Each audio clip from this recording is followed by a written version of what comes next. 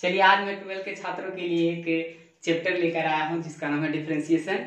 मैं इसके अंतर्गत आप लोगों को बताऊंगा कि डिफरेंशिएशन क्या होता है। सभी बच्चे जानते हैं जो 12 का प्रिपरेशन कर रहे हैं उनके लिए काफी ज्यादा ये चैप्टर इंपॉर्टेंस होता है, तो ध्यान दीजिएगा। सबसे पहले हम लोग जानेंगे डिफरेंशिएशन क्या होता है, उसके बाद फिर हम लोग बात करेंगे कि डिफरेंशिएशन को मैथमेटिकली टर्म में कैसे डिफाइन करते हैं, इससे कौन कौन से फॉर्मूला का यूज किया जाता है। सभी छात्र जानते हैं कि डिफरेंशिएशन 12th प्रिपरेशन के छात्रों के लिए काफी ज्यादा इंपॉर्टेंट चैप्टर है। सो आप ध्यान पूर्वक यहाँ पे देखेंगे, ये मेरा पहला वीडियो है, इसको आप ध्यान से देखेंगे, काफी ज्यादा आपको समझ में आएगी। तो चलिए मैं आपको बताता हूँ कि डिफरेंशिएशन होता क्या है, जिसको हिंदी में हम लोग बोलते हैं अवकलन।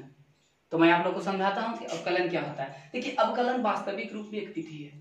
अवकलन एक वास्तविक रूप में विधि है जिसके अंतर्गत किसी भी फंक्शन को x के सापेक्ष परिवर्तन की दर ज्ञात किया जाता है। अब यहाँ पे बहुत सारे छात्रों के माइंड में आता है कि चलिए डिफिनेशन तो हो गया है कि अवकलन एक विधि है जिसके अंतर्गत किसी भी फंक्शन को x के सापेक्ष परिवर्तन की दर ज्ञात किया जाता है। लेकिन बहुत सारे छात्र यहाँ पे सवाल उठाते हैं कि सर डिफरेंशिएशन और डेरिवेटिव ये दोनों में क्या डिफरेंस है। तो मैं आपको बता देता हूँ कि डेरिवेटिव और डिफरेंशिएशन ये दोनों में काफी ज्यादा डिफरेंस है। यहाँ पे ध्यान दीजिएगा, डिफरेंशिएशन एक प्रोसेस है, मीन्स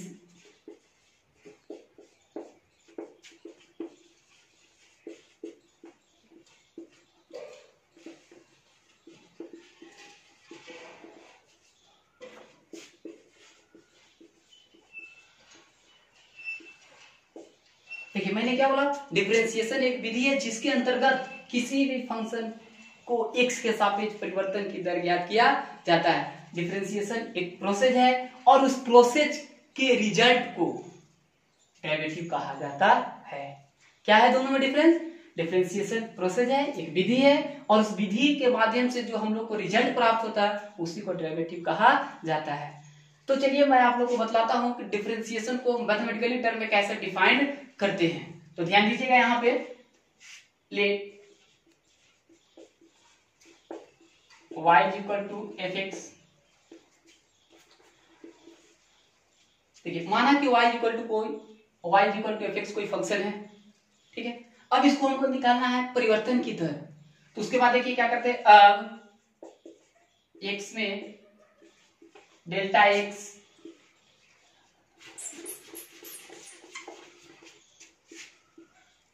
तथा y में डेल्टा y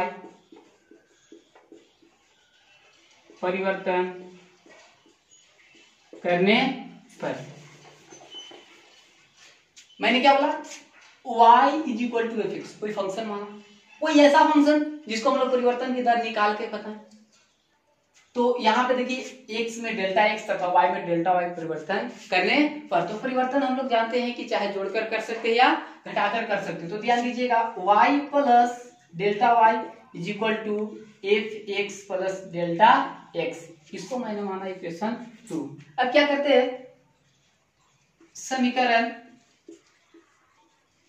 2 माइनस 1 से, तो क्या हो जाएगा देखिएगा, y plus delta y minus y is equal to f x plus delta x minus f x. y से y कैंसिल हो जाएगा, बच जाएगा डेल्टा y। उसके बाद हो गया f x plus delta x minus f x. सबसे पहले आपको ध्यान यहाँ पे देना है, मैं मैथमेटिकली टर्म में डिफरेंशिएशन का डेफिनेशन डिफाइन कर रहा हूँ कि कैसे, कोई आपसे पूछ देगा कि डिफरेंशिएशन को मैथमेटिकली टर्म में कैसे डिफाइन कर सकते हैं। तो सबसे पहले कोई फंक्शन को आपको मान लेना है, जो मैंने माना है कि y equal to f x कोई फंक्शन है। मैंने कहा कि एक माइनर चेंजिंग होनी चाहिए, थोड़ा सा परिवर्तन कीजिए उसमें। तो मैं इस फंक्शन में थोड़ा सा परिवर्तन क्या करें कि अब x में डेल्टा x तथा y में डेल्टा y परिवर्तन करने पर, तो मेरा एक नया फंक्शन आ गया क्या, y plus delta y is equal to f into f x plus delta x। पहले को माना इक्वेशन फर्स्ट, दूसरे को माना इक्वेशन सेकेंड। मैंने क्या किया, उसके बाद इक्वेशन 2 में से फर्स्ट को सब्ट्रैक्ट कर दिए, तो मेरा आ गया क्या, y plus delta y minus y F x plus delta x minus f x, यहाँ बच गया हमारा डेल्टा y।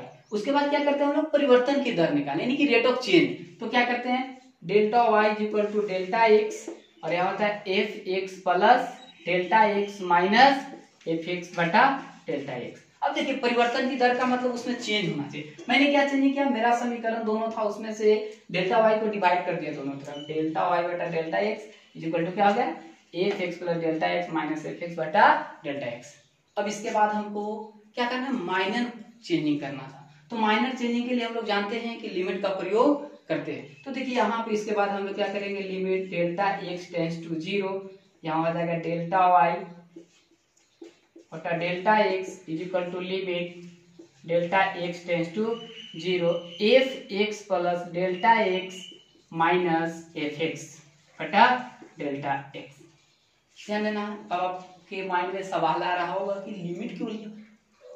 अब आप लोग को लग रहा है कि सर लिमिट क्यों लिए। तो देखिए किसी भी फंक्शन में हम लोग माइनर चेंजिंग करते हैं तो उसका जो वैल्यू निकालने के लिए हम लोग लिमिट का प्रयोग कर सकते हैं। इसलिए मैंने देखा कि रेट ऑफ चेंज निकालना है, जो मेरा y is equal to f x function है, इसमें मैंने जो परिवर्तन करते हुए जो फाइनली लाया डेल्टा और डेल्टा एक्स, उसमें हमने क्या क्या माइनर चेंजिंग करना है। तो उसके लिए हम लोग क्या करें, limit delta x tends to zero delta y by delta x, यानी limit delta x tends to zero f x plus delta x minus f x बटा डेल्टा एक्स। अब यहाँ पे ध्यान देना है कि चलिए अब यहाँ पे आ गया limit delta x tends to zero delta by delta x. तो ध्यान देना है क्या कि इसको मैं क्या करूं, सबसे पहले यहाँ पे ध्यान देना, आपको समझना क्या है कि delta x tends to zero का मतलब क्या है। Delta x tends to zero का मतलब होता है कि डेल्टा एक्स का मान जीरो के बराबर नहीं होना चाहिए, लेकिन जीरो के नजदीक हो सकता है। अब इसी को हम लोग क्या करते हैं, फाइनली लिख देते हैं d y by d x is equal to limit delta x tends to zero f x plus delta x minus f x बटा डेल्टा एक्स।